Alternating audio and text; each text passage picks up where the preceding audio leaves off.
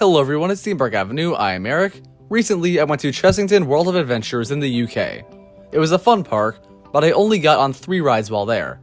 That said, they were the 3 main roller coasters, so I will be ranking the top 3 roller coasters at Chessington World of Adventures.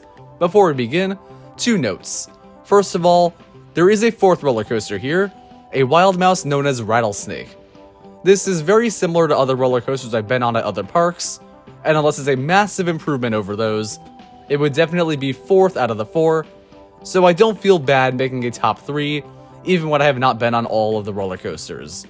The other thing to say is that typically thrills are most important for me, and that does remain the case in this park. That said, it is worth noting that Chessington is primarily meant for younger audiences, so there's a much bigger focus on the appearance of the ride, in addition to the thrills, so I will talk about both for all of the entries. With all that out of the way, let's begin. Number 3 is Dragon's Fury. This is a Mauer spinning coaster, and certainly a fun one. The layout is surprisingly expansive for a ride like this. Oftentimes, spinning coasters are very crammed into small parts, but you do go around a pretty large layout for this one, you get a very scenic view of many different areas, and that's quite fun.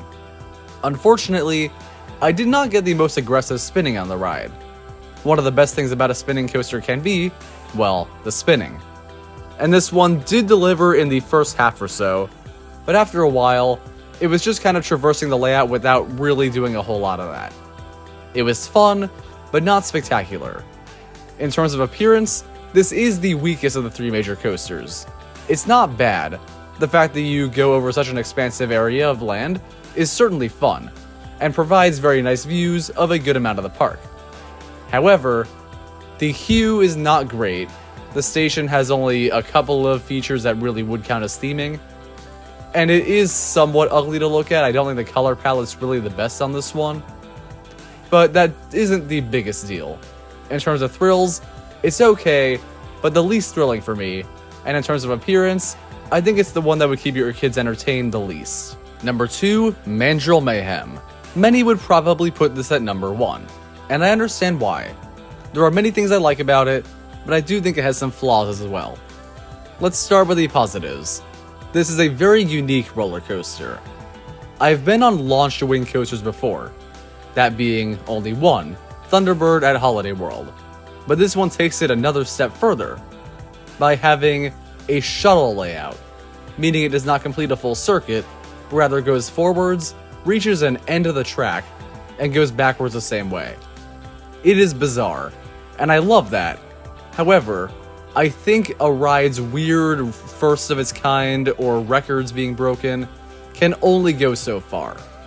Similar to Smiler at Alton Towers having 14 inversions, I think that novelty is nice, but the ride itself is not necessarily as wild or unique in an experience as the records may suggest. In this case, you have a very powerful launch forward, and I do love the wing coaster seating. The inversion itself is good, and the great theming as you go up the spike is certainly notable. But once you go backwards, I find there's virtually no forces on the ride. That's not to say it's bad, it's just kind of okay. Slightly bumpy, not especially interesting. Some may enjoy this a lot because they're not as used to launches or inversions, but for me, I like roller coasters most when they provide very strong forces and adrenaline rushes, and not just having inversions or launches. It's different for everyone, but personally, I was a tad underwhelmed by the thrills of this one. It still looks great, certainly a nice looking ride when you're off the path, the way it traverses the entire Jumanji land, and you have a massive statue of a jaguar, I think that's what it is anyway. I love the way the ride looks for sure. So if you have young kids walking around, they will be amazed looking at this. And if they meet the height requirements, they'll definitely want to ride this one. There's a great chance this one will be your favorite. But it didn't quite give me a super fun experience in the same way number 1 did. Number 1 is Vampire. This ride actually shocked me. I was not expecting it to be as good as it was.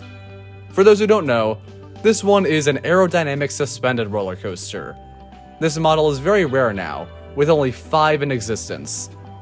4 of them are in North America, and I've been on all of those before.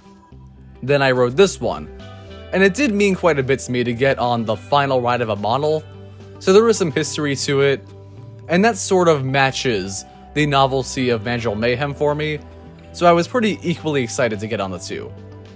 But this one, I think, excels in both thrills and theming, in a way Mandrill Mayhem does not quite match.